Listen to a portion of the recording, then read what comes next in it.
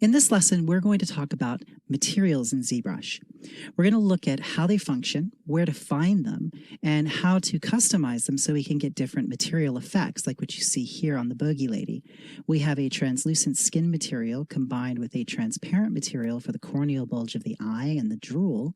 And we have a second material inside for the sclera and the iris of the eye.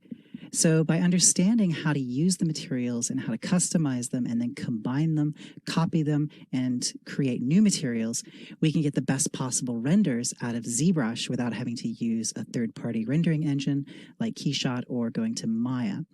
This chapter dovetails into the following chapter, which talks about light caps and lighting in ZBrush.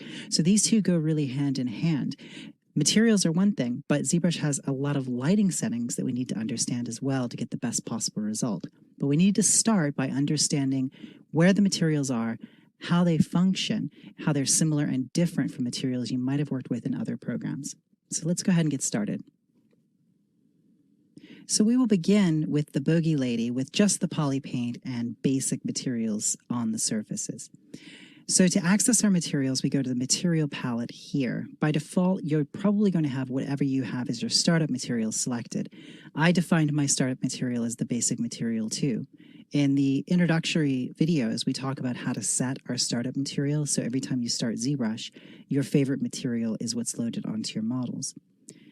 Now, if you want to know what material is on a particular subtool, perhaps you've opened something where you have filled it with materials, click on the material palette and drag over to any particular subtool and then let go, and it will show you what material is there. It'll select that material. So for example, if I click and drag to the drool here, we see that's basic material. If I click and drag to the eyes, that's soft plastic.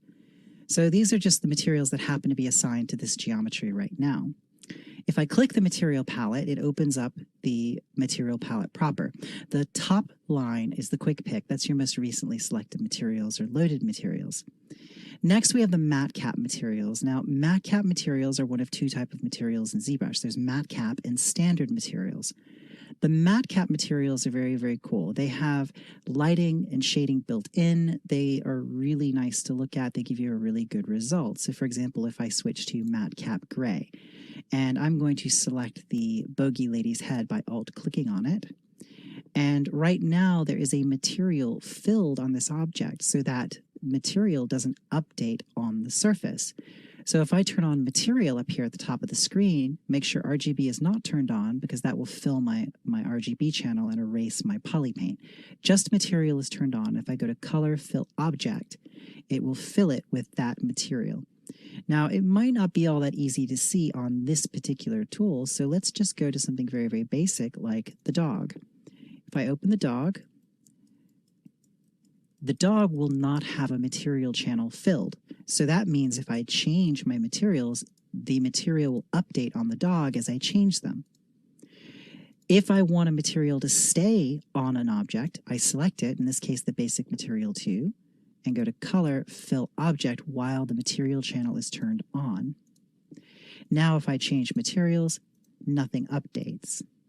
So if I want to clear a material channel, maybe I no longer want a material filled in that channel, go to your material menu and select the flat color material.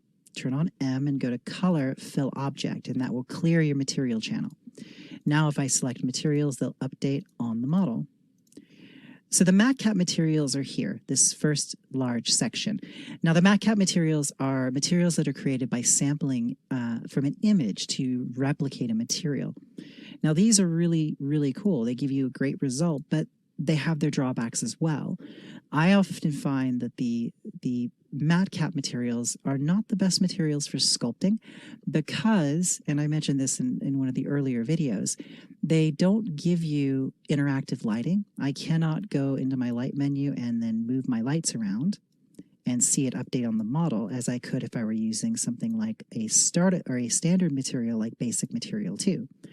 With the basic material 2, if I go to the light menu and move my light around, it updates on the surface. Matte cap materials, part of what makes them look so good is there's lighting baked into them. Also, some of them have a certain degree of translucency baked in, for example, the Sculpey material. That can make it hard to judge your surface while you're sculpting. So as a general rule, I prefer to use the standard materials and customize them when I want to do a render. However, that doesn't mean I don't use these the MatCap materials. They are absolutely worth investigating. And there's an entire library of MatCap materials which you can download from the Pixologic website. But for this particular render, I want to talk about the standard materials because there's so much that we can talk about with these, combining them and understanding how to adjust our individual material settings. So let's go back to the Boogie Lady. Now, you'll notice that the drool now has that Sculpey material showing up on it. That's because that material channel is not filled. Right now, if I turn on solo, you can see that I have the head selected, but the material channel is filled. If I go to the flat color material, M is turned on, and if I go to color fill object, I can clear the material channel. So now that's just my poly paint. And if I change to basic material 2, now I get the basic material 2 on the surface. Now the basic material 2 is essentially a blend shader. With material turned on, I will go to color fill object, and I have now filled the skin with the basic material 2. Now, if I want to customize a material, what I will do is I will go to the material menu here, tear it off to the side of the screen, and then open up my modifiers. Now, I can adjust my diffuse if I want to brighten the diffuse channel. If I go to specular, I can turn the specular up and make it more shiny. And if I open the specular curve, I can control just how sharp the specular highlight is. If it's very sharp, the object looks wet. If I broaden this specular curve and then turn my specular value down, I can get a more diffuse specular shine. The specular component is not quite so sharp, so it's more like skin. Now, if I want to add a degree of translucency to this, there's this fantastic tool called Wax Modifier. If I turn Wax Modifier strength up to about 45, it'll give me a pop-up window telling me that I need to turn on Wax Preview under Render. So if I go to the Render menu here, go to Render Properties, it's just telling me to turn this button on.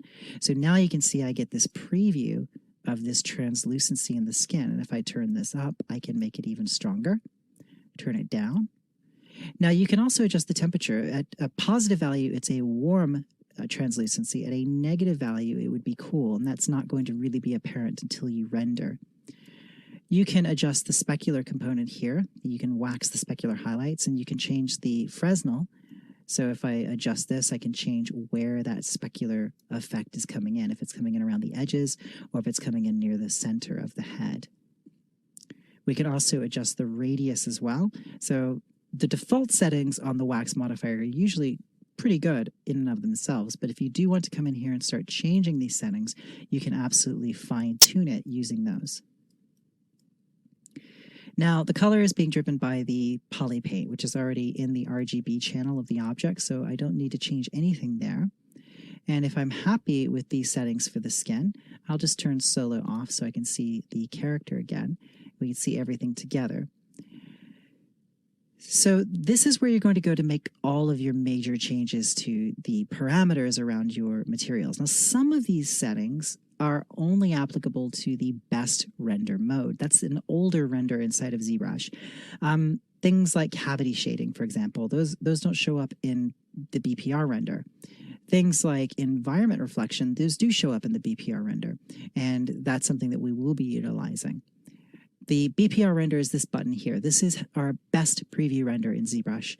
It's the most advanced renderer inside of ZBrush. Right now, there is the best render and the best preview render. And best preview render was introduced several versions ago, and it is a superior render result, in my opinion. And it's newer, and it has more bells and whistles, and it utilizes some of the newer tools and techniques inside of ZBrush. So generally, when you're rendering, you're going to use a BPR render. Now, there are exceptions to that. For example, when you go to the Z plugin, ZBrush to Photoshop, you do have the option to do a best render as well as a BPR render. So if there are elements that you want to utilize from a best render, especially if you're rendering something that you created in an earlier version of ZBrush, you might elect to do that. So we've set up a skin shader now. Let's take a look at some other things that we can do with some other materials. If we go into our subtools here, you can see that we have a variety of subtools. I have a folder for drool. These are the drool objects here. I have a folder for eyes, a folder for hair, a folder for eyelashes. Let me collapse out of these. And let's go ahead and I'm going to get rid of the eyelashes for right now so we can see the eyes very, very clearly. So I'm going to go to the folder options here and just click delete all, and that'll delete the eyelashes out. So now we still have the hair, and we have the eyes, and we have the drool. So if I open the eyes folder, there's two sets of subtools here. There is the outer shell of the eyes here, and then there's the inner shell here. And the inner shell is just a different eyeball that has a recess and some polypaint on there for the iris. So I want to change the material on the eye itself. So to do that, I'm going to use another basic material too, but I want the specular and all the other settings on the inner eye to be different than what I have on the skin. So I need to copy the basic material 2 to get a new copy of it. So what I'll do is I will make sure basic material 2 is selected, and I will click copy material. Now I'm going to go to a different material that I don't intend on using. Say, for example, the bump viewer material. I'll select that material, and then I will click Paste Material, and it will paste the basic material 2 into that channel, giving me a basic material 3. And this material is what I will use for the inner eye. So I'm going to make another change to this. I want the basic material 3 to also have a nice waxy material. I'm going to make sure M is turned on, and I will go to Color, Fill Object to fill the inner eye with that waxy, translucent material. I'm going to turn my specular down because I want my specular component to come from the corneal bulge that's outside the eye. Now I will also come down here to gel shading. Now I can turn gel shading up to 1 or 2, and that can give you a different kind of effect on the surface. It gives you sort of a different sort of translucent quality. This actually goes all the way up to 3, and you'll notice the largest difference between 1 and 2. We'll leave that at 2. And we'll take our diffuse, and I might tweak the diffuse up just a little bit. Now, I have filled this object with that material, so I will go to the outer shell. This is the corneal bulge. This is the clear lens that goes around the eye, and I want to put an entirely different material on here. If I want to know what material is assigned to it, again, I can click on the swatch, drag and drop on top of the object, and it will show me that currently this has the soft plastic material on there, which is not going to do.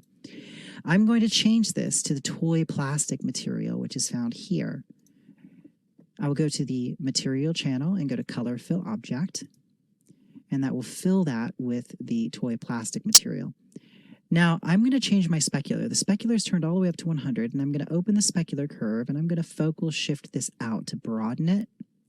And what I want to do is I want to make the specular curve stick straight up and down. So let's reset this.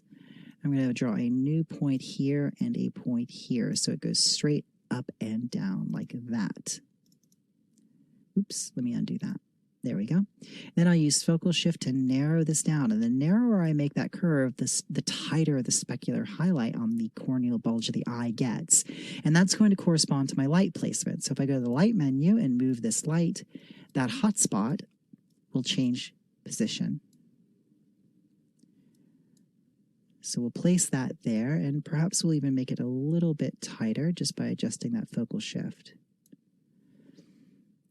My specular can be turned all the way up, and now what I want to do is I want to make this transparent. I do that by going to the Tool menu, go to the bottom of the Tool menu, and open up Render or Display Properties. Under Display Properties, you'll find BPR Settings, and here you can turn on BPR Transparent Shading.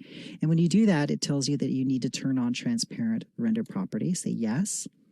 Now, you don't want your transparent shell to cast a shadow, so make sure the BPR shadow slider here is set to 0.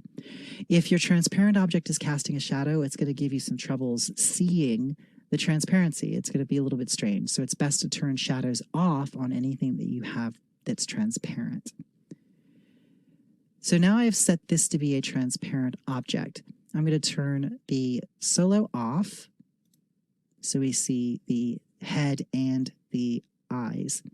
Now, while we're at it, I'm going to take this same material and I'm going to assign it to the Drool subtools as well. So let's open up Drool. I'll grab that first Drool subtool and go to Material, Color, Fill Object, and we'll go to the second Drool subtool here, make sure Material is on, go to Color, Fill Object. Now let's render this and see what we get. What you're going to see is it's not going to give you quite the effect that you want, because there's a couple other things that we need to change to make the transparency work. And those are going to be material settings that are particularly interesting. So this will finish in just a moment, and there we go. You see, it's kind of foggy. It's not really what we're looking for.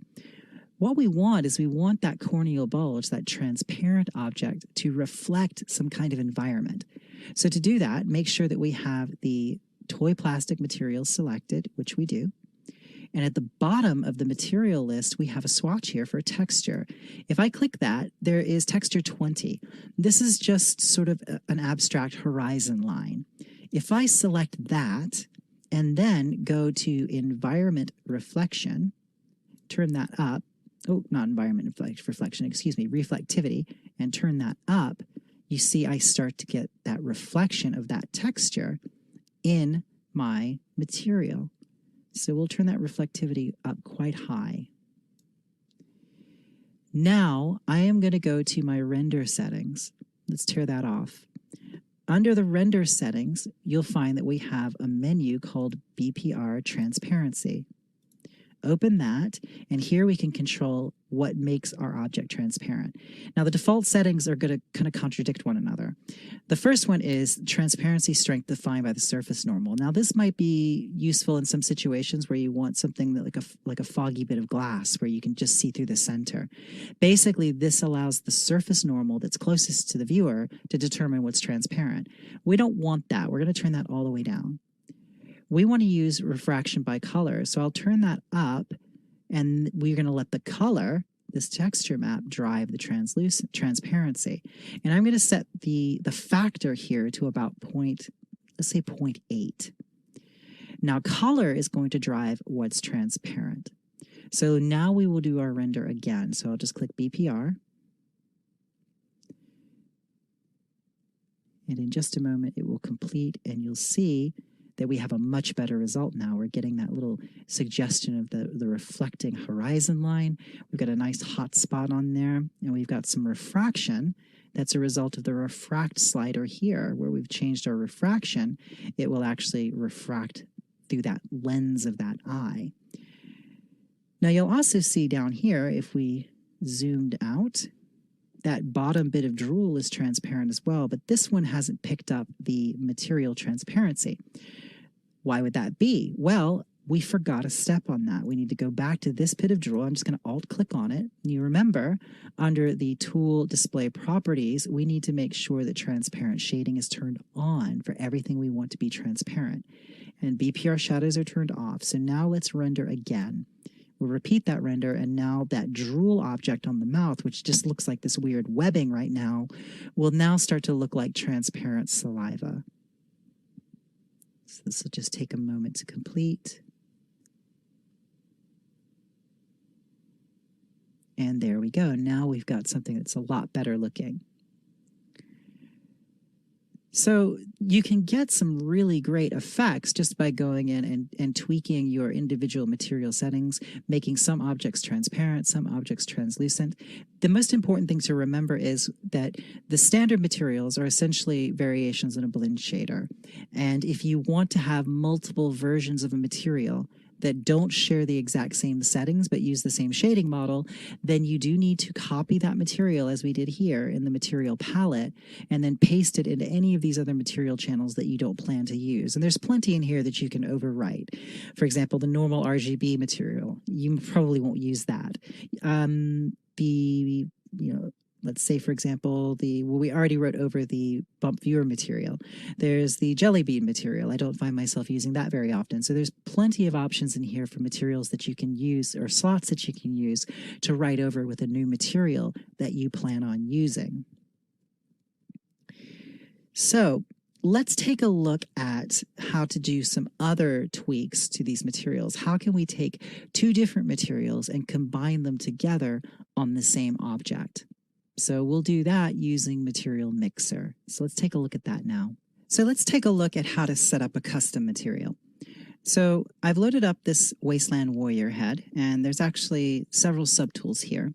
you'll notice that if we scroll up to the helmet, I have a subtraction object here, which will subtract when I turn on live Boolean. So we're using some live Booleans on this. If you want to learn more about Booleans and you have not yet seen the chapter on Booleans, I encourage you to check that out. It allows you to make really interesting hard surface shapes like this in a manner that's much, much easier than just directly polymodeling them. So I've got a Z tool here with multiple subtools. I am going to select the head, and I'm going to change from my startup material to basic material 2. Now, basic material 2 is my startup material, so we won't see a material change just yet. I'll go to the material menu here, tear this off, and dock it on the side of the screen. Now here I can make modifications to the material that I have selected. So if I want to make an adjustment to this material, all I need to do is, first off, go to Material, Color, Fill Object, so it's filled the object with the basic material 2, and then open the modifiers. Now here I've got a specular control. I can turn my specular component down or up. I have also got a specular curve where I can adjust the specular curve so I can make that specular component sharper or more diffuse. So what I want to do is I want to create a nice sort of matte material to start with. So I'm going to dial back my specular. And I'm going to go ahead and go to this button here, Copy Shader. Now what I've done is I've copied this shader out of the basic material 2. You see there's multiple shader slots here. There's S1, 2, 3, and 4. Well, there's only one available in this particular shader model. However, if I switch materials under the standard materials here, I have another material. If you look down here, it's under the standard materials. It's going to be the double shader. So let's go ahead and grab that one, double shade 1 right here. There's a double shade, tri-shade, and quad shade. And if I select that, you'll see this gives me 2 slots. Now if I go to a tri-shader, so tri-shader gives me 3 slots. So this allows me to mix together materials in a single shader. So I'm going to go back to the double shade. And here in the S1 slot, I'm going to click Paste Shader. And that pastes those settings from my original shader. Now I'll go to Material, Color, Fill Object, and that will fill the object with this material. I'll turn the diffuse down. Let's zoom out just a little bit. And let's go ahead now and make a couple more adjustments here. I'm going to open up my specular curve. I'm going to broaden that a little bit more and turn my specular component down so it's not very shiny at all. As a matter of fact, let's go ahead and just reset this curve and just pull this endpoint all the way down.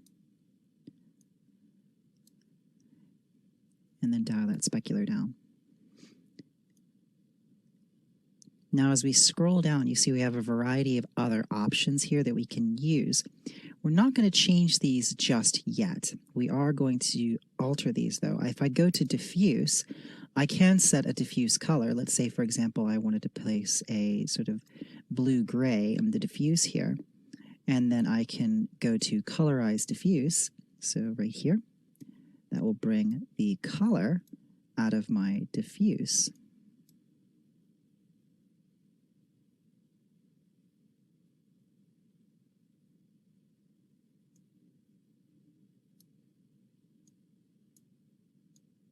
There we go. And let's go ahead and change that color so it's a little bit more visible. I'm going to select this, and if we make it a bit more apparent, there you go. We should be able to see that much more clearly now. There we go. Now, of course, we can dial back that component so it's not contributing as much to the overall color. But if we put it at 100%, then it's going to give 100% of its contribution to the color. So let's go to the basic material 2 again. And I am going to create a new basic material by going to the material menu. I will go to copy material.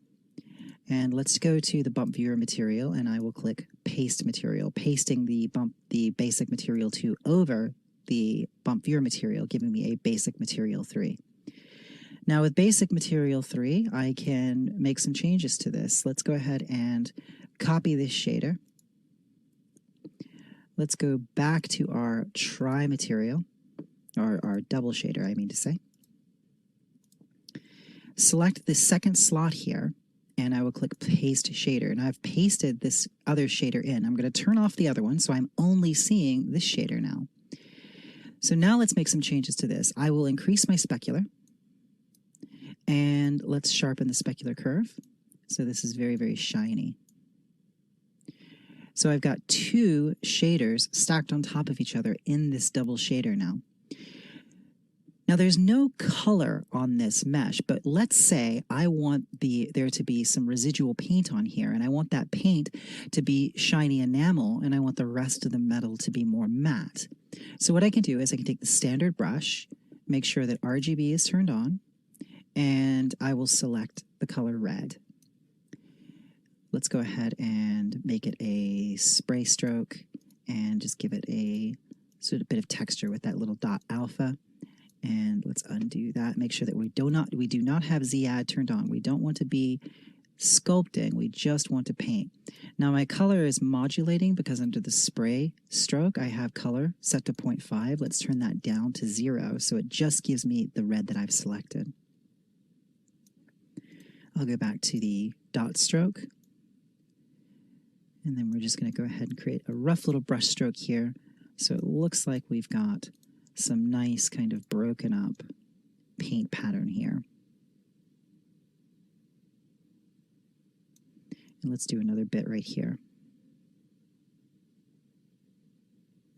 So now I have two sections of poly paint.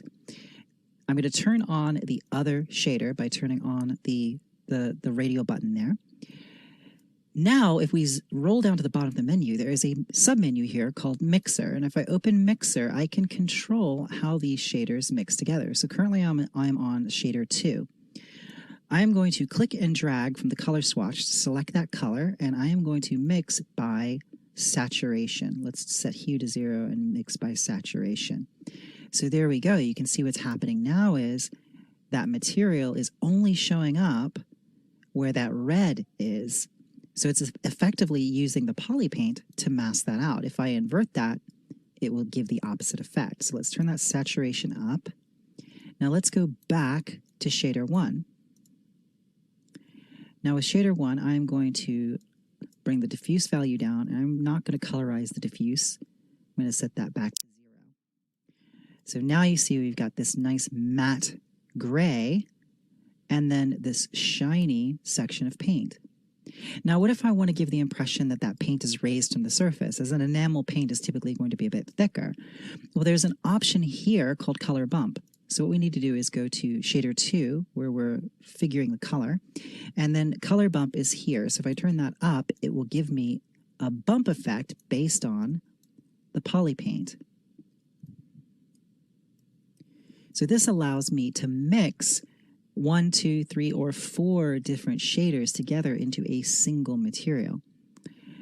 Now, if I want to save this material so I have it to where I can access it anytime I want, simply go to the material menu and click Save, and save it as a custom material. I've saved this as custom double shade. So let's go ahead and go to the material menu, and I'll open up my saved version. I go to Load, and I have saved this with the files for you, so you can see this shader as well and tinker with it on your own.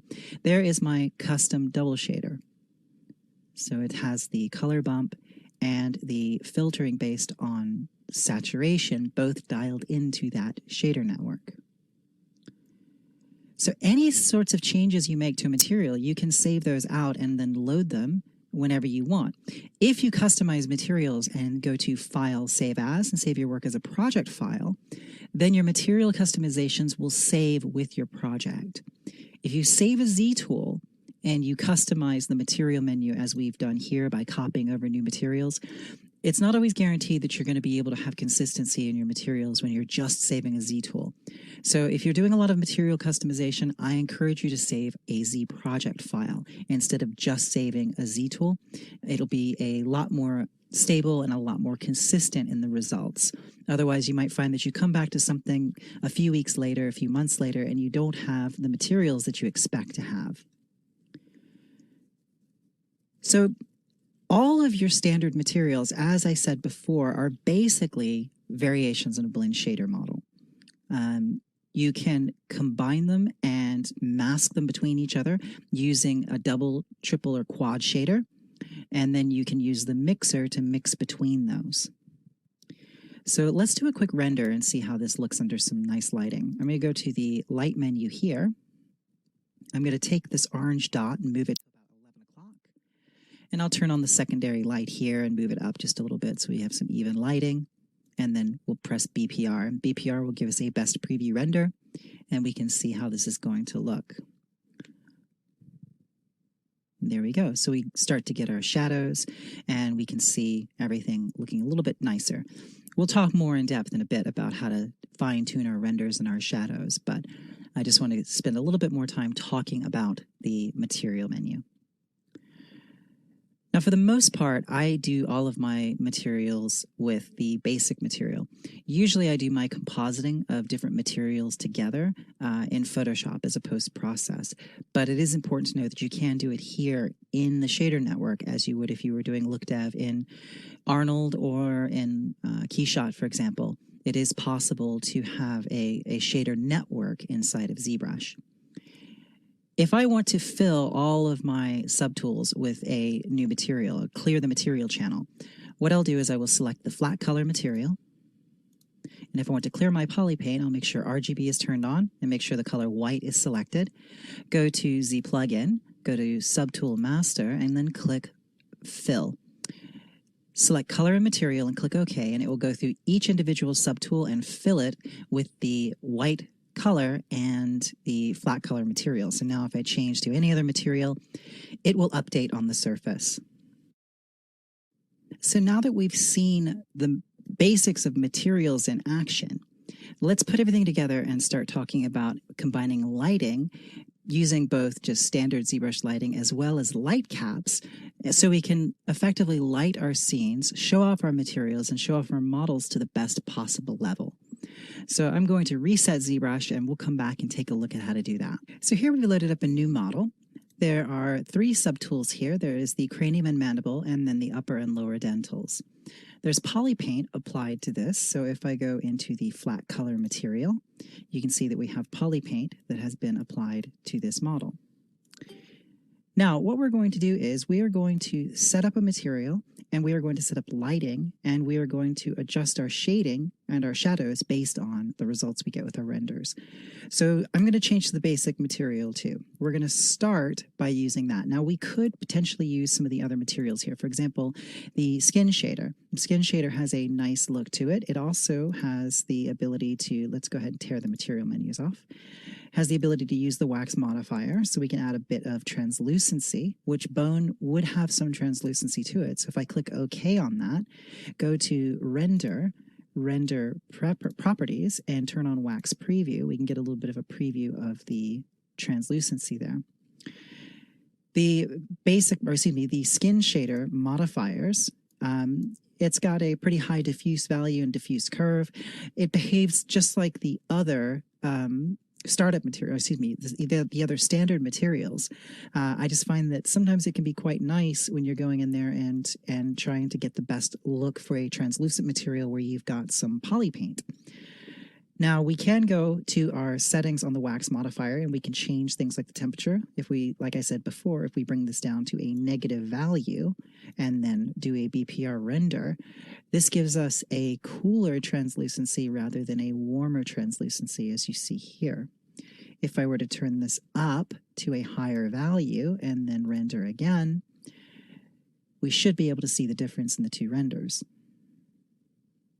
Once that completes, there we go. You see it takes on a warm cast. So going in here and fine-tuning can be quite handy when you're trying to get the best possible look. Now, for the specular, I want the specular component to be different on the teeth. I want there to be some contrast there. The teeth have an enamel coating. So what I'll do is I will go ahead and use the skin shader for the skull itself. So I will go to Material, color fill object, and that fills that material channel. Now let's change to the basic material 2. I will alt-click on the teeth, and I'm going to go to Material, Color, Fill Object to fill the first set of dentals, the bottom set, with that basic material 2. Let's adjust our diffuse on that, and it's going to update on both subtools because we haven't filled anything with that material.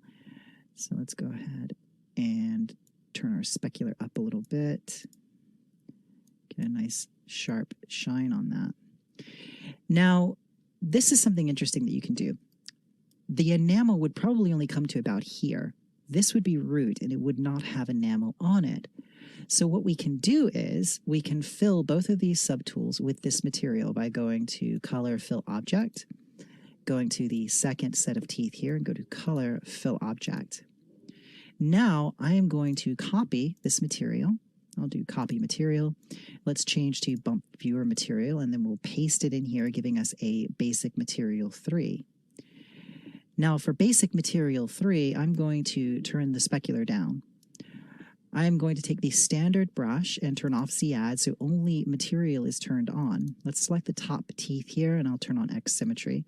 And if I paint with this brush with just material turned on, it's going to paint the basic material 3 along the roots of those teeth. Let's turn on solo so we can just do the entire thing here.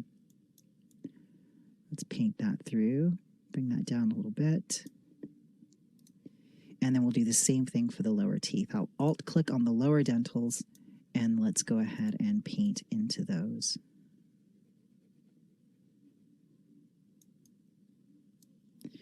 Now, let's go to our specular settings, and we are on the basic material 3. If I turn specular all the way up and then take my specular curve and maybe change it drastically, we can really see where that material border actually is. So let's go ahead and bring that specular curve back down. I'll reset this and just grab a point and pull this down. Bring the specular value down so it's very, very matte. And we'll go to Basic Material 2, and let's punch up that specular so we have a little bit more specular shine. So now we've got 2 different materials here, and I want to paint some of that, that Basic Material 2 in here where I've got a little bit of a seam. So I'm going to alt-click there and just paint over where that enamel is going to be about there.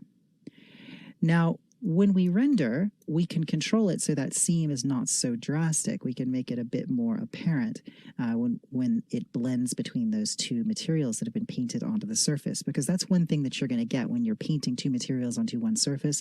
It will appear to have a pretty jagged line. So I'm going to change to the Basic Material 3, and I really want to make it very, very apparent that there's no specular there. Maybe we'll dial the diffuse down on that so it's really obvious where those blends are. And I just want to give a little bit more fall off there. Let's change to our Basic Material 2 again, and let's just bring that enamel up to here and up to here. And then let's do the same thing down here. I'll alt-click on this set of teeth, and I just want to make sure that I'm getting a nice sense of where that enamel is as opposed to the material for the root. Let's turn on solo so we can see that very clearly.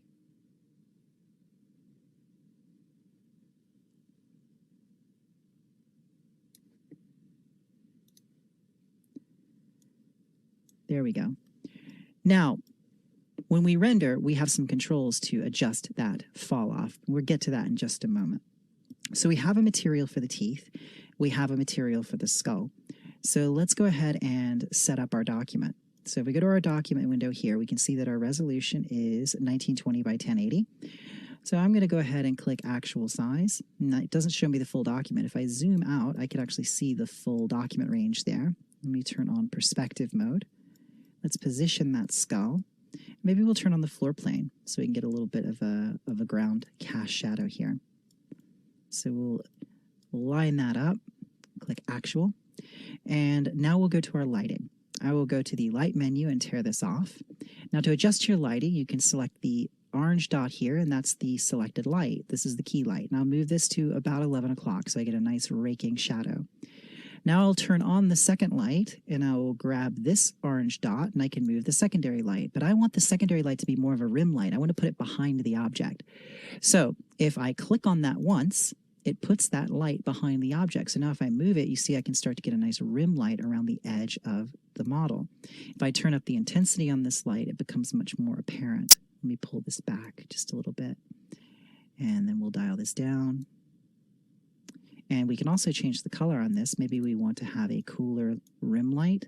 I can add just a little bit of color to that light and get some rim light there.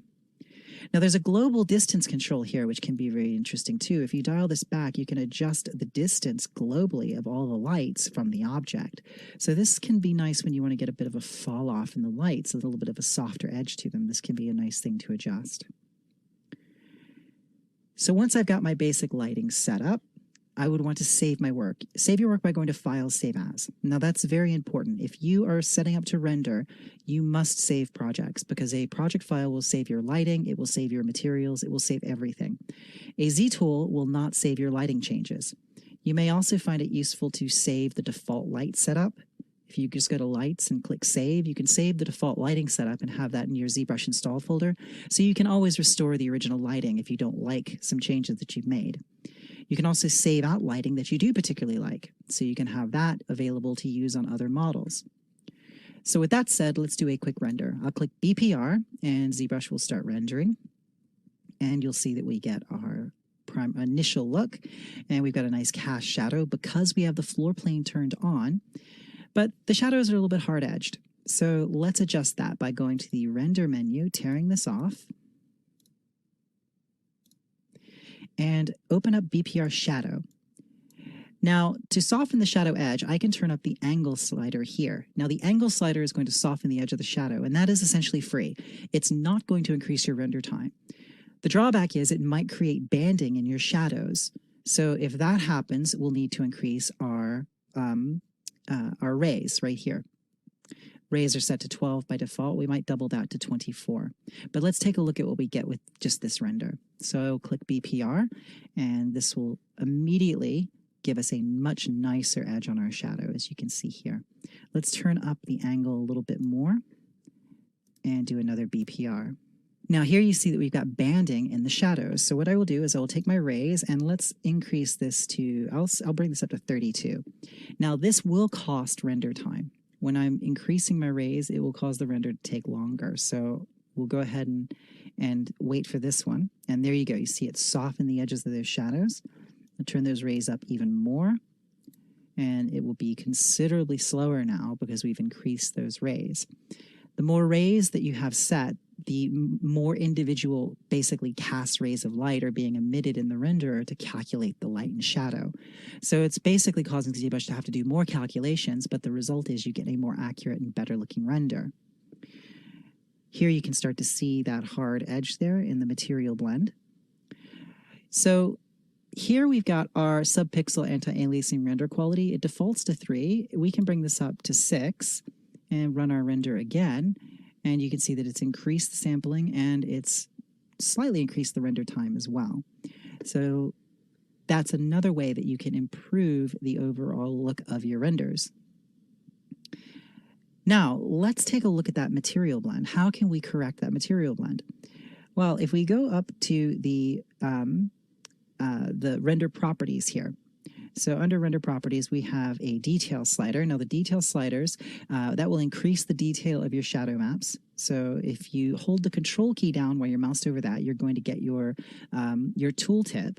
So if you leave this at, let's say, a lower value, like a value of 1, it's going to give you a much lower resolution shadow map and specular. So if we turn this up beyond 3, we can turn it all the way up to 4, we can get a much, much higher quality render. Here we have material blend radius and we have smooth enhance edges. So material blend radius, if I turn this up, this is going to blend that material edge. So let's go ahead and do this render again. In our previous demonstration, we just used a hard edge between two materials because we wanted that strip of paint to be very obviously a different material. We didn't need it to blend seamlessly into another material. Using this slider will give you a much better blend right here if you keep an eye on that. you'll see the result that it gives us. It'll vastly improve that transition. There you go. So now we've got a nice transition going from the more matte material into the enamel of the teeth. So I'd like to do a little bit of an adjustment on the material on the teeth. Just looking at that, it's catching my eye. I'm going to go down to Poly Paint, and I'm going to go to Adjust Colors. Let's click the Frame button here so we can frame the materials, and I would like to adjust, let's say I want to bring, I'm going to adjust the red contrast, I think. Pull a little bit more red in there. I just wanted to get a little bit more yellowish in its cast. No, not green. Set that back to 0. Maybe pull some of that blue out. And then we'll take our intensity, turn it up a little bit. I just want to lighten them just a little bit.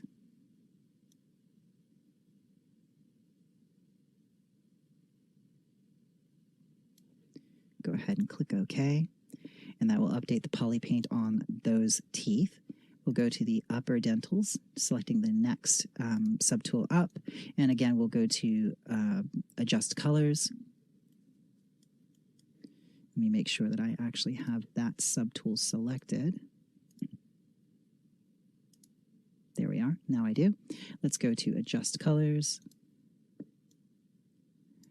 And we'll do the same. I'm just going to bring a little bit of red out of that. There we go. That's more along the lines of what I'm looking for. And let's bring a little bit of the green out. We can oversaturate that if we want. We can make them quite yellow, but that's not really what I want. I still want them to have a certain kind of ivory quality to them. If we change our tint, we can lighten them. Click OK. And then that adjusts the material there, but I kind of overdid it with the red there. So I'm going to go back to my Adjust Colors and dial back on that red. There we go. And I am going to sample that material. I'm going to click on my material swatch, drag over here to the teeth and let go. That selects the material that's on that part of the teeth there. And I will go to my materials down here. And I just want to adjust my diffuse, maybe turn that up a little bit so they're just a little bit brighter. Great. Now let's go back up to our render menu. Now, if I want to further improve my render, I can turn on ambient occlusion. Ambient occlusion is going to give me an ambient occlusion pass, which gives you shadowing where one surface starts to kind of occlude surfaces next to it. It's sort of like an ambient shadowing. So let's press the BPR button and see how this turns out. Now, with the addition of ambient occlusion, it will actually really increase your render time. That is what we call kind of an expensive render pass, but it can really, really be worth it. So we'll let that complete. It's going to have to do quite a bit of thinking. We've turned up quite a bit of our settings. We've turned up our details. We've turned up our subpixel anti-aliasing quality, and we've added ambient occlusion pass. And there we go. With the addition of the ambient occlusion, it's got a really nice quality to it now.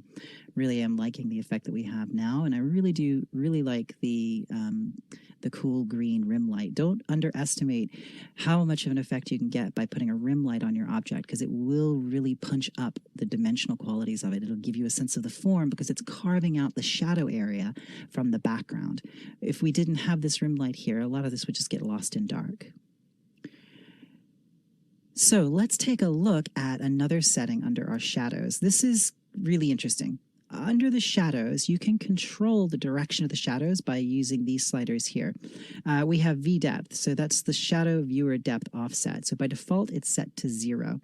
So if we turn this down to -100 and then do our render again, and I'm actually going to turn my sampling down just a little bit here, just so we don't have to wait quite so long for this render to complete. And then let's do the render again. We can change the direction the shadows are cast. So it's not like Maya, where you would move a light around and kind of interactively see the light direction. Some of these things that control your shadows, you're going to control via sliders here in the shadow menu, and you're only going to see them update at render time once you've actually rendered the piece. But it's pretty easy to get a feel for what these sliders actually do. There you go. So you see the V depth has taken the shadowing out of the recesses. If I bring this up to positive 100, so let's do this again. And here we have the result. So what's happening here is this slider controls whether or not the shadow is cast towards or away from the viewer.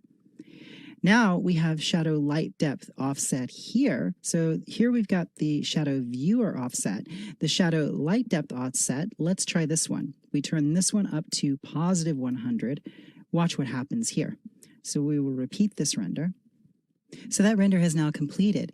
What's happened here is the light or the shadows are being cast towards the light source rather than away from the light source, as opposed to our previous render where we were casting based on the viewer or the camera. So let's change this to negative 100, and we are using extreme values here. Realize that you can adjust these to get micro adjustments in the direction of your shadows. It's just not apparent if I make a 0.5 change, but if I bring this all the way down to a negative 100 or a positive 100, then it's very apparent what's happening. So don't look at what you're seeing here and think that you can't use this, because I personally find the light source cast depth here, this particular slider, to be really useful. So I'm going to render again, and because we've got some pretty high settings, it takes a bit of time, so I will probably pause and then come back once this render is complete. And there we go. So you can see now it's casting those shadows away from the light source rather than towards the light source. So if we just make a smaller change here, we'll set this, let's bring that all the way down to negative 10. And we'll look at the difference we get between this render and the next render. And there we go. You see we get a subtle difference in the shadowing here as a result of minor tweaks to that slider value, the L depth offset for our shading. So let's take a look at a few other settings here under lighting. So you'll notice we have the ability to change our max distance here. Now, this will be easiest to see, I think, in the floor plane. So if we have our floor plane turned on, we'll actually see the shadows cast on the floor plane. And let's set our L distance to 0. Let me go ahead and just manually type that in. And we'll do an initial render so we have something to compare against. So we can compare and contrast what happens as we adjust our sliders for max distance. So we can set the maximum distance the shadows will fall, and we can change the fall off along that distance of the shadow. So let's go ahead and do a preliminary render because we've dropped back into our preview view now.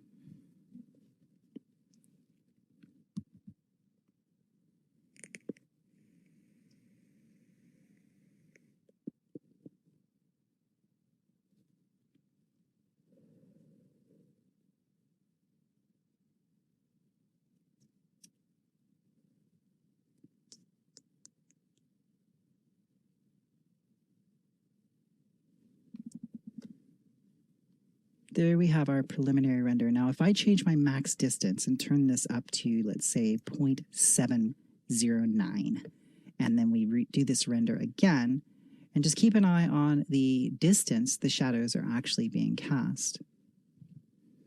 The higher this value goes, the shorter we should see our shadows falling.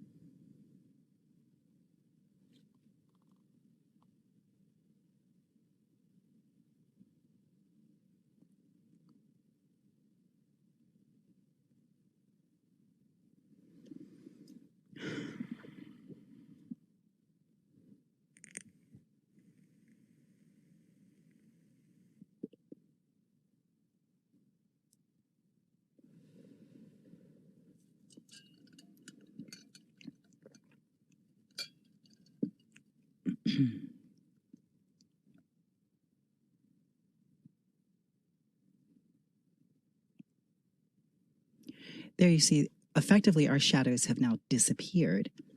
If I bring this max distance back down to, let's say, 0.004, and then render again,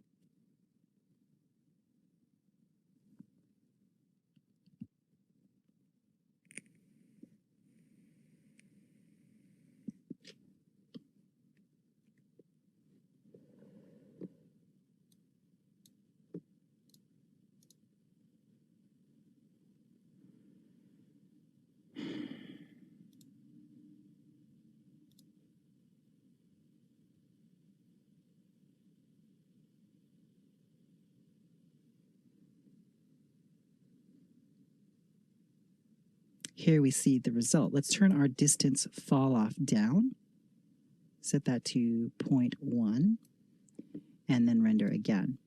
Sometimes it can take some trial and error tweaking these settings to get just the right effect. Usually I don't adjust my maximum distance. I am quite happy with a very dramatic lighting. And usually when I'm rendering in ZBrush, I work towards a more dramatic presentation. If I'm rendering in something like KeyShot, or usually almost always if I'm in KeyShot, I will, just because it's using HDR for lighting, you'll get sometimes a little bit more diffuse light, and it's not necessarily as high key a light setup as I might create in ZBrush. There we go. As we dial down that fall off along the distance, you can see the shadows come back into play. So if I bring this max distance down again, and our distance fall off down, we can see the difference there. So as I was saying, when I'm rendering in ZBrush, I often elect to create a more high key lighting scheme. High key would be something like you might see in film noir, where you've got a very dramatic key light. The key light is quite bright and raking shadows about 45 degrees across the figure. With a rim light carving the object out from the background. Here we are. Now you see we're getting back towards what we had previously. You can adjust your gamma. You can also do a global shadow strength here, and you can control the floor shadow strength. So if you feel that your floor shadow is overpowering your render, you can dial the floor shadow strength down independently of the rest of your shadows. Now, this is nice to have, but honestly, most things like this I accomplish in post-processing. I will take my render passes, composite them in Photoshop, and then I will isolate shadows and deal with things like that there.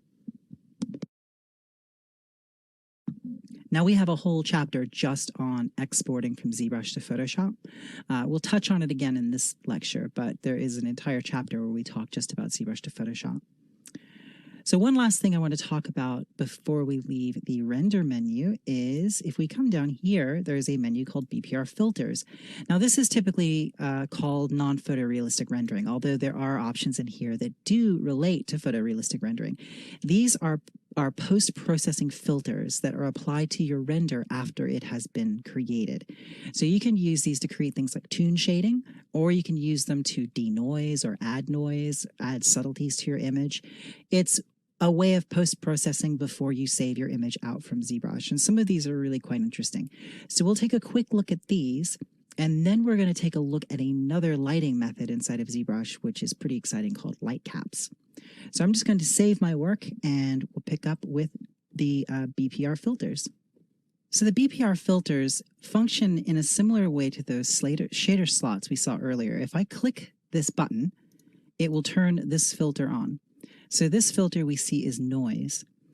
The blend mode is set to replace normal, and we've got a noise slider which just controls the degree of noise here. We can run this into a negative or a positive value.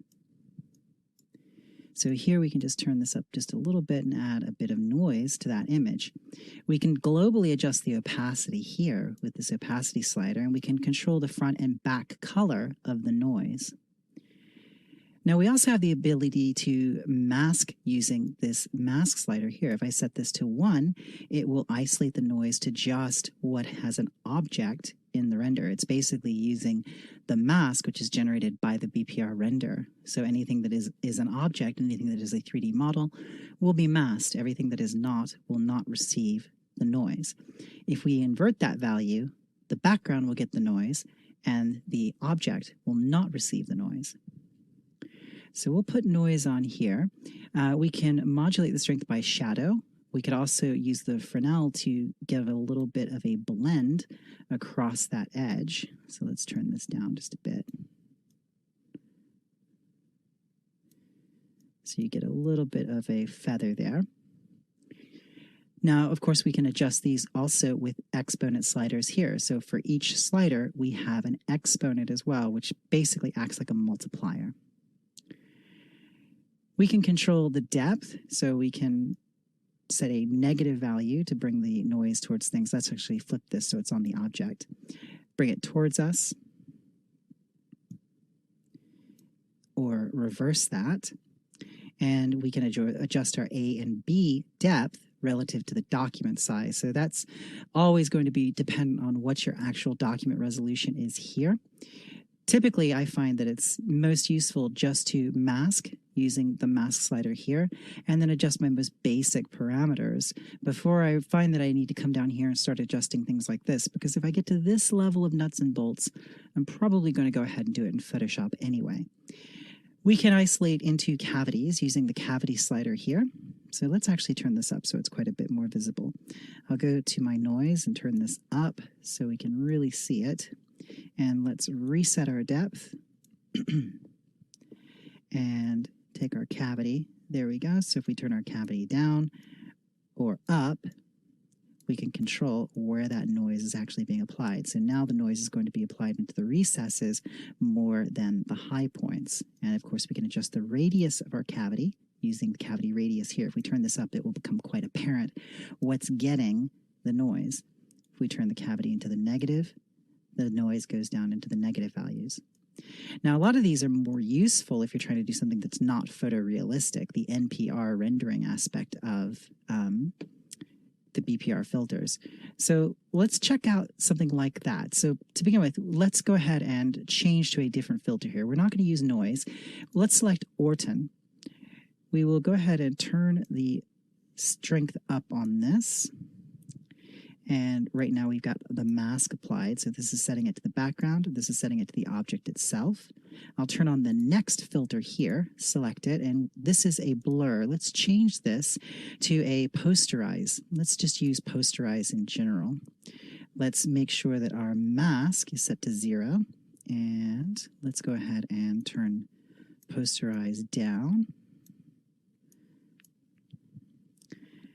Go to our mask here and let's set this to 1.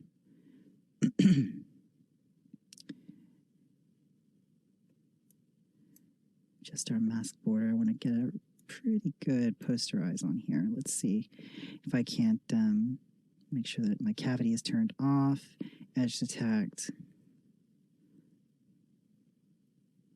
Let's just turn this all the way up. And I will change this from posterize to posterize high. There we go. So that's much more apparent. So with my posterize high, this is going to posterize the values in the render. So if I turn this down, I get fewer and fewer levels of posterization. So it becomes more and more abstracted, so to speak. So let's take our mask and set this to 0. And the floor plane and the shadow is creating a little bit of interference here. If I go back to this filter, and let's change this to saturation, we could pull all the color out, set this down to 0. Let's set it to -100. And let's make sure that our mask is set to 0. And we can just pull all the color out, and we're starting to get this nice kind of ink blot, gray shaded sort of look. Let's turn on the next filter here. And let's put a distort on here. So if we go down to our filters here, and let's find our displace. That's what I'm looking for, actually, displace. So bring my displace value down a bit lower. There you go. We can start to actually get some modulation in that. And let's isolate that to the skull itself. And our opacity is set to 100, displace is set to 15. If I set it to 0, it's not going to have any effect. If I bring it up higher, it's going to have a very pronounced effect. So let's set it back down to about 9. And these filters just chain together, one after the other.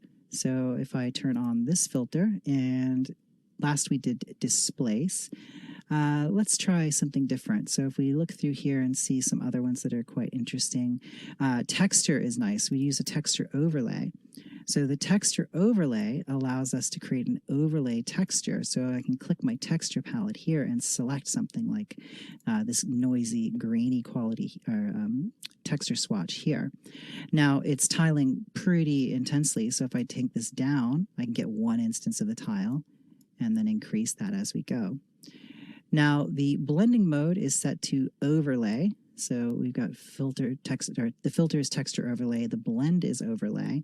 If I were to change this to, let's say, multiply, this is just like what you would get in a Photoshop filter, but it's very, very intense. So if we dial back our opacity on that, we can be a lot more subtle. And of course, we've got the mask option here to isolate it just to the skull rather than to the skull and the floor plane in the background. So I can dial back the opacity on that a bit. And then we can just keep selecting and enabling filters. So this is our glow filter. Let's change to a different filter here. We could put a sharpen on there, which would sharpen everything up and actually counteract some of those settings that we have already put in there with it when it comes to the displace filter. And what's another good one that we can apply? Oh, outline cavity. That's a fun one. Outline cavity is great if you want to do like a toon shading. So outline cavity, -50. If we bring this up to +50, you see what we get. We can start to get a real nice white outline there. Turn this down even further. We can get a black outline. We can adjust our radius here. Turn this up. And let's isolate it to the object itself. And let's come down here to cavity and turn cavity down. So we want to get that into those recesses a little bit. Turn the cavity radius up. There we go. We can just get that right there. So you can start to get this sort of ink outline sort of quality to this. So you can see how as you stack these filters on top of one another, you can start to get some really interesting effects. So this can take the place of a Photoshop post-processing, or you can use it in conjunction with. If you need to export what you have here, if you want to actually get this image out of ZBrush, what you'd want to do is go to Document, Export, and you would export this as a PSD or a TIFF file or even a JPEG, but typically I export a non-compressed format like PSD. So if we want to turn off all these filters, just click these buttons here. So the circle is filled and those filters then become deactivated. So now we are back to our original render. If I move the object, it'll drop us out of our rendered image and we're back to our preview render. So one last thing to talk about when it comes to the render passes. If we come up here to the BPR render pass menu under the render menu, here you see we've got images associated with each one of these channels, and these are the renders that we have created. So there's our floor plane and background. Here we have a composite image of all of our layers stacked together. Here we have a shaded render, a depth pass. Now depth, everything white is coming towards the camera. Everything going black is going away from the camera. We have a shadow pass. We have a slot for ambient occlusion. If we turned ambient occlusion on and did another render, then we would have an ambient occlusion pass in there, and we have a mask pass. Now, we talk about these in a lot more depth in the chapter on ZBrush to Photoshop. It's a really great workflow to understand and to use. It's very important if you're interested in doing things like ZBrush for concept. Typically, you're going to be rendering and then taking things into Photoshop and painting over them and compositing them and creating a presentation image. So being able to break your renders out into layers like this gives you an enormous amount of control in your post-processing. And as I said, I kind of prefer that to the BPR filters, but there's some really neat stuff that we can do with the BPR filters that we can't necessarily do as easily just taking it into Photoshop. And one last thing, I know I said that there was one last thing, but one last thing with the BPR filters, a great way to explore these, just like I said with FiberMesh, is to look at presets. If we go to the Lightbox, and if we look in the Lightbox menu up here, we actually have some presets for NPR. So if we go to Render Set, here you see we've got a selection of NPR, or non-photorealistic rendering filters, and these are just BPR filters set up for use. So there's dark ink, heavy strokes. These are all great to open up and look at because you can dissect how these have been put together to understand how to create something similar for yourself. So let's do something like Black and White Anime 02. So we'll double click this one, and you see that loads those filters up here. Now, we're not really going to see it yet because we don't have a render to feed through these filters. So let's go ahead and render again. So I'm just going to go ahead and do it into the BPR render. And when that BPR render completes, you'll see that it gets fed through those BPR filters, and we'll see the resulting image post-processed.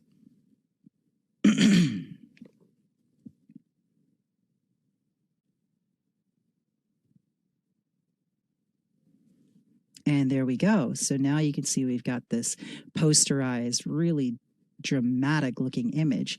Now this has color in it because the BPR was set up for a grayscale image. Were I to turn off my Polypaint, we would get an entirely different result. To quickly turn Polypaint off, go to your subtools and shift click the brush icon, and that'll turn off all your Polypaint. Now if we render again, you'll see we get a totally different result. If I want to see some other render sets here, I can go to the Black and White Sketch 02. And once I load that, it will re-render, and we can see what we get. And there we go. So this is giving us sort of like squiggly lines and grid points. So it's sort of like almost like a halftone sketch. If we want to dissect these filters, just click on each one, and you see that it starts with a displace, which we've already used, a displace filter. You see it's set to -46. And if I were to change this value, let's set this back to 0, you can see the difference. That's displacing the border. The radius has been set to 10 here, and there is no masking on this particular one.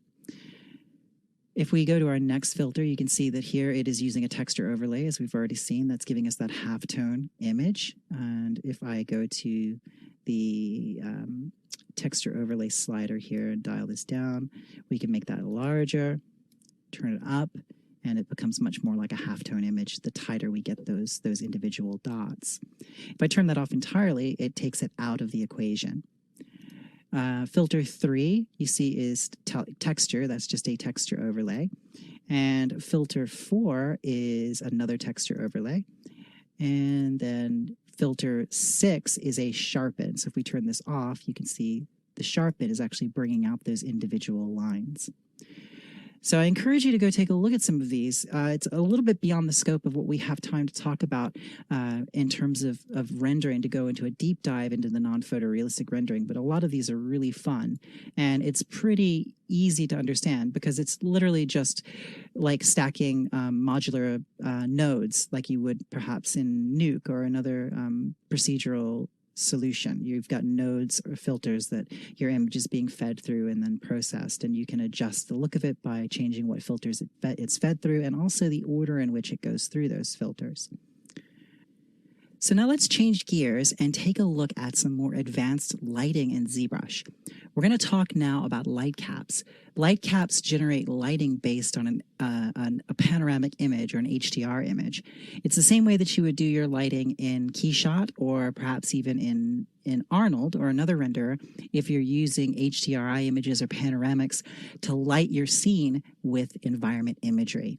And a lot of people don't realize it, but ZBrush handles that exceptionally well. It's just the settings are a bit hidden, and some people didn't realize they were there and they haven't been exposed to it. But luckily, we have this video, and we can take a look at it now. Now, so far, we've just been using the standard ZBrush lighting, just like this. This is the lighting that we can use interactively with any of the startup materials, which you remember these materials down here. Now, this lighting is great, and like I said, it's good for making like a nice dramatic lighting, but a lot of people don't know that ZBrush takes HDR images. You can do environment-based lighting in ZBrush, and it looks great. So how do we do that? Well, first we need to set a background. So under the light menu, open background and click texture, and that opens the texture menu here. Now, don't make the mistake of selecting something from here because these are not high resolution background images. Your museum is one, but the best thing to do is go to Lightbox, go to the texture menu in the Lightbox. And this takes a little bit of time to load for most people because there's some hefty textures in here. There is a folder inside the texture folder called Panoramas. If we open this, we have a variety of different panoramic images that we can use for a background. My favorite one is a French street right here. This is probably my favorite one. It's got a really nice color to it and nice lighting. I also like the museum. We'll start with the museum and then we'll go to the French street.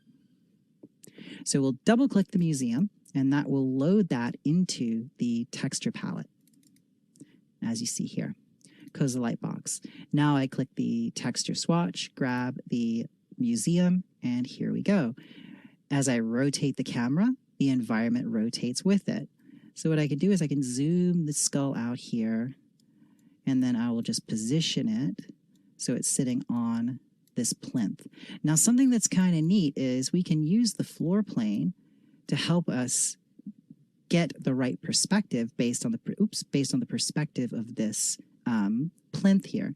So I'm just going to move this down to about here. And then I will turn on my perspective if it's not already turned on. Go to the draw menu, and then we'll just change our perspective so we get something that's a little bit closer to the perspective at the top of that box. We'll scale this up. And I can lock my camera, and that will keep me from accidentally moving and then losing my orientation. I can also go to the movie menu, go to timeline, and click show, and that'll show my timeline here. And if I just put 2 keyframes here, I can keyframe my camera. So if I unlock the camera and then accidentally move, I can always just hit my left and right arrow keys, and it will snap me back to the keyframes I set for that camera. So as it is, the background's not really doing anything. It's just there as a backplate image. And if I turn off rotate with object, it will no longer rotate when I rotate the object. So if I turn that off, just the object rotates. So I can change the orientation of the skull in relation to the plinth upon which it stands. If I want my floor plane to be the same size as the plinth, what I can do is I can come down here, and under the draw menu, I have the ability to change the size of my floor plane like this, because you may find that you don't want your shadow casting over the edge of that plinth. That would be very unnatural. So we can just turn that down. Now, what I want to do is I want to create lighting in ZBrush based on this image. And this is exactly what you do in, say, Keyshot. In Keyshot, you bring in an image, and it will generate lights based on that image. So ZBrush can do the same thing. I can set my samples. So at a sample of 3, I'm going to get 8 lights. At a sample of 5, I'll get 32 lights. Now, needless to say, the higher, the more lights, potentially, the better the render will be. But not necessarily. Sometimes with so many lights, you end up in a situation where lights are filling in your shadows where you don't want them filled in, or lights are casting shadows that you don't want to cast shadows. I find it a little bit tedious to have 32 lights to go through and edit. I will typically use 3 or 4 as my setting here. So if I turn on include reflection map, this will include any reflection map that I'd set up in my material. You remember that we did that for the eyes earlier, where we had a texture for a reflection. We don't need to do that in this case because we're just rendering this matte skull. So click light caps, and that will generate light caps based on that image. And now immediately you see things brighten up and look a bit different. So now we'll open the light cap menu, and here you can see this is our light cap. This sphere represents, as you can see, the temperature and value of all the pixels in this map. And these dots are the lights that have been selected. So if I click on one of these dots, I can select that light. That's light number 3. This light over here is light number 5. If I use the slider here, I can just move between my lights using the slider. I can individually adjust the strength of each light. So this shadow, or this light coming up here from the bottom, from the floor, it has a strength of 1, and notice shadow is set to 0 because we really don't want the bounce light casting shadows up into the key light. That usually doesn't look very good. However, our lights that are coming down from the top here, these are casting shadows. So let's take a look at what this actually looks like once we render it. So we're just going to do a BPR render. And here we have our render. So you'll see that we're getting the color of the light is based upon the color of the lighting that's here in this environment because these lights have been generated from the image. Now, it's probably a bit bright. So what we want to do is take our light cap adjustment menu here and open this. Now we can adjust the exposure globally, or we can adjust the color intensity globally. So what I'll do is I will change the color. You could also adjust the gamma. So these are pretty much the same thing that you would get in photography or in Photoshop. So if we bring our exposure down, let's say 0.3, and then render again, we can see the difference there. Now we're getting a much better result. But we're also getting that kind of awkward shadow there. So if I just tap on the background, you can see it's casting that shadow in a direction that I don't want it to be cast. So let's go to our lighting here, and let's see if we can't turn the shadow off on this particular light here. I believe that's the one that's going to be casting that shadow. We'll redo our render, and there we go. So that's getting better.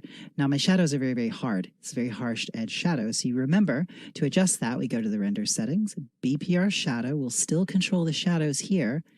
So let's turn up our angle, and let's turn up our raise. And then we'll render again. And you'll see that's going to soften those shadows, and we're not going to get quite as obvious double shadowing there. Those will blend together much, much better. And there we go. So now we're getting a much, much nicer result. I could further adjust the exposure, but let's take a look at what happens if we take our intensity. If I take my intensity down, that's going to control the color intensity of the lights. So now if we do a render, and by the way, it's reading the light maps after it's rendered it, so the subsequent renders can go much faster than the initial render. Let's see what this looks like if we render it without Polypaint, because that's going to be a bit more descriptive when it comes to the color of the lights. So let's do a render here. There we go. And let's take our color intensity, and let's turn this, well, let's not turn it up that high. Let's turn it up to 0.08. And you can see the difference when we render this. There we go. Let's bring the intensity back down and render. Bring the intensity and the exposure down. That exposure needs to come down pretty far because we've turned off that the RGB color, so it just has that gray surface which is reflecting back everything. So I'm going to set intensity to 0 and just adjust that exposure one more time. There we go. So we're getting our exposure turned down, turn our intensity up, and render. And you can see the difference we get as we adjust that. Now, there's an option in here to use material curves. If I turn this on, it's going to use the material curves under the material menu for my particular shader. So if we go into the modifiers for our specular, or for the skin shader, and then adjust our specular settings here, it's going to read those into the material. So let's push this into something that's going to be very, very visible. Let's turn our specular up quite high, and then render again. Because it's using the material curves, it's going to read that specular directly out of that shader. Turn this back on. Now you can really see that. Looks like it's a wet skull now. Now, the diffuse lighting and diffuse shadows on this are just so nice to look at. This is so different than what you might be accustomed to with typical ZBrush render. So we'll render again, and there we go. So, like I said, a lot of people don't realize that this type of lighting is so easy to achieve inside of ZBrush. Oh, and also, you don't have to use this background image. It doesn't have to be visible. I can turn this off, and my render passes are going to render without a background. So if I go back to render, go to my render menu, go to render passes. Here I've got my background, or my render passes. These don't have the background in them. The composite does. However, these do not. If I render with the background turned off, if we repeat this render and then go back to our render menu here, you see it no longer has the background baked into it. So much like I do in Keyshot, if you watch my video on ZBrush to Keyshot, I don't use the lighting image as my background. I like to use a neutral gray background, and we can do the same here. So let's take a look at another of the panoramics that we can use before we close out this lesson. We're going to go back to the Bogey Lady, and we're going to render her on a nice street in France. So I'm just going to reset ZBrush, and we will come back with the Bogey Lady Goes to Paris. And here we are back with our favorite beastie. So let's do the same light cap process, but with a different environment. I'm going to go to the light box, and under Texture, Panoramics, I'm going to load up my favorite little French street. I actually don't know where in France this is, but I'm assuming it's Paris because I recognize the street signs. Could be wrong. Maybe if somebody knows, you could send me an email and tell me. So I've got this loaded into the texture swatch now. So we'll go to Lights, Light Cap, or pardon me, Lights, Background. Click the background swatch and select the image. So here we have the background image. Now I can adjust the background image if I want. I can change my exposure and the gamma, and that is going to impact the lights that are created from it. I can change the latitude if it's sitting at kind of a strange angle, the longitude, like so. And of course, it is set to rotate with the object. So as I move her around, it's going to update the background along with. We can also tilt, by the way. If you want to add kind of a funky offset like this, we can tilt it. Something that I do like to do, sometimes if I am in a pinch for time, I will blur the background. So if we add a blur to this background, we can get a nice sort of background blur image. I'm going to, that's a little bit resource heavy, as you can see. I'm going to set this back to 0. And what I'll do is I'll blur the background after I've created the light caps. So my samples are set to 3. I'm leaving these at 3 because it's easier to demonstrate light caps with fewer lights. Like I said before, you can turn this up. Just be aware you will have 32 lights to go through and tweak if you have to adjust individual settings. But that's not to say that that's not something that you would want to do. I don't want to dissuade you. I'm just explaining that you can go higher than this value, but for the purposes of teaching the tool, I usually keep it relatively simple. So now we just click light caps, and it will generate the light caps based on this backplate image. And under the light cap menu, you can see that we've got our dome here. Now, I'm going to come down here. Let's go to our light cap adjustment and do a first pass render to see how this looks with the rendering before we make any changes to it. So I will go to BPR, and there we go. So this is actually a pretty nice render. I really do like the effect that we're getting on the hairs here, and the reflections looking pretty good in the eyes and in the drool down here. So just like before, if I want to change my settings, I really do like the colors in this image. Maybe I want to adjust my exposure so I can drop the, well, before I do that, I want to point something out. If I turn on Use Material Curves, see how it changes the surface entirely. Now if I render and it's using the material curves, you'll get a different look to your resulting render. There we go. So it actually reduces the need to go in there and adjust your exposure, But sometimes I find that I like the lighting without the material curves being turned on better than the one that I get with them turned on. So to me, it's not necessarily that one is better than the other, but I am aware that if I don't like what I'm getting in one, I might turn these on and see what I get otherwise. So if I turn these off and then drop my exposure down to 0.5 and then render again, there we go.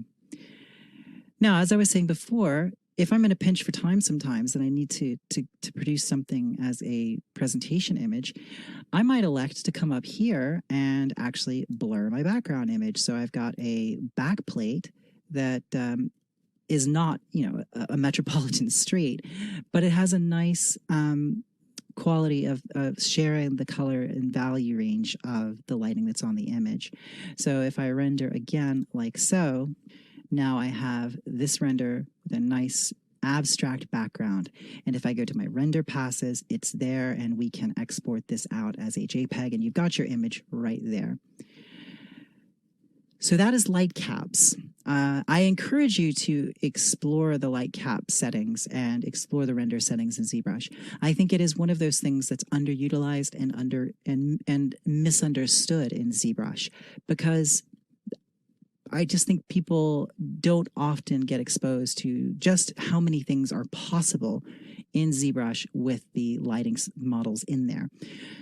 You don't have to rely on external renderers to get some really nice imagery.